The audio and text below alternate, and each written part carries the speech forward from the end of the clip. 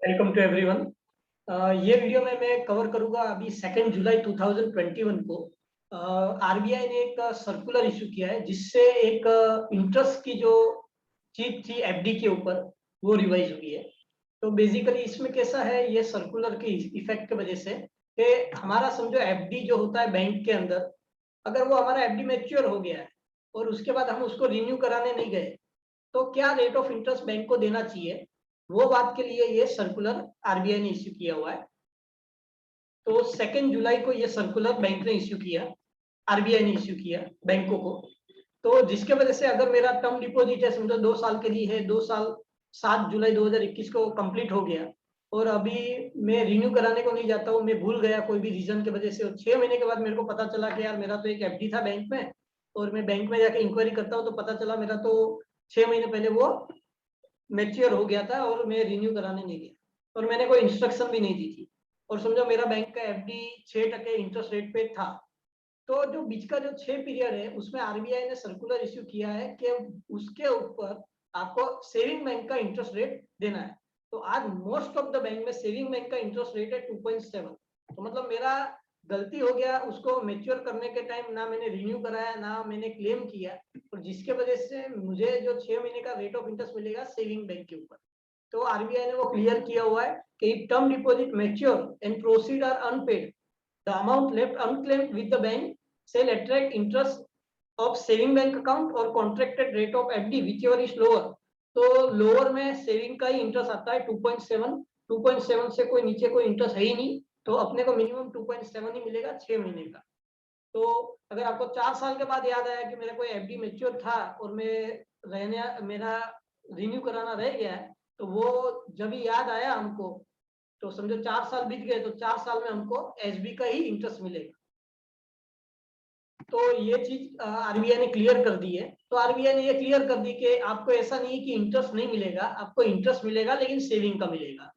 तो ये आरबीआई ने ये डिसीजन क्यों लिया उसका भी एक बहुत इंटरेस्टिंग फैक्ट है। कई बार हमको लगता है कि इंडिया में काफी लोग बहुत मुश्किल से रुपया कमाते हैं या वो है, लेकिन अभी कभी कभी हम लोग जो फैक्ट पढ़ेंगे तो हम लोग खुद दंग रह जाएंगे कि 2019 का जो आरबीआई ने बैंकों का ब्यौरा लिया था, 18,380 करोड़ रुपया अब तक किसी ने एफडी में क्लेम ही नहीं किया, और जो पिछले साल 14,000 करोड़ था। तो मतलब एक साल में 4,000 करोड़ रुपया बढ़ गया। तो 18,380 करोड़ रुपया FY 2019 तक का रिपोर्ट है कि बैंकों में एफडी पड़ा हुआ है लेकिन कोई आया ही नहीं उसको रिन्यू कराने के लिए। तो ये अनक्लेम डिपॉजिट है जो बैंकों के पास पड़ा है लेकिन कोई आ ही नहीं रहा है कि अरे भाई मेरा एफडी जमा है उसको रिन्यू करो या मेरे को रुपया वापस दो। 18,380 करोड़, तो इस तरह का रुपया बैंकों में बहुत बढ़ रहा है। इसके लिए आरबीआई ने ये डिसीजन लिया है कि अभी समझो 18,380 करोड़ रुपया कोई लेने कोई नहीं आ रहा है और 2 साल के बाद समझो कोई आता है तो ये 2 साल में उसको 2.7 या जो भी सेविंग बैंक का इंटरेस्ट रेट इफेक्टिव होगा वो उसको मिलेगा। तो यहाँ पे एक एडवाइस है, आप कभी भी एफडी बनाते हो 6 महीना 12 महीना, आप एक इंस्ट्रक्शन दे दो बैंक को कि मेरा एफडी मैच्योर होने पे और 6 महीना रिन्यू कर दो और 12 महीना रिन्यू कर दो और 2 साल रिन्यू कर दो। जिससे क्या होगा, अगर आप रिन्यू कराना भूल जाते हो लेकिन अगर आपने स्टैंडिंग इंस्ट्रक्शन दिया हुआ है तो आपको वही एफडी का रेट एंजॉय करने को मिलेगा। अगर आप कोई स्टैंडिंग इंस्ट्रक्शन नहीं देते हो, एफडी रिन्यू कराने का भूल जाते हो, तो आपको फिर सेविंग बैंक का ही इंटरेस्ट रेट मिलेगा जो आरबीआई ने क्लियर कर दिया है। तो एक एडवाइस है, या तो आप आपकी एफडी मैच्योर होने वाली है वो डेट को कहीं इंपॉर्टेंट जगह पे इंपॉर्टेंट डायरी में या मोबाइल में बराबर सेव करके रखो, जिससे आपको एक रिमाइंडर आ जाएगा कि भाई मेरा ये एफडी मैच्योर होने वाला है और मेरे को जाके रिन्यू कराना है।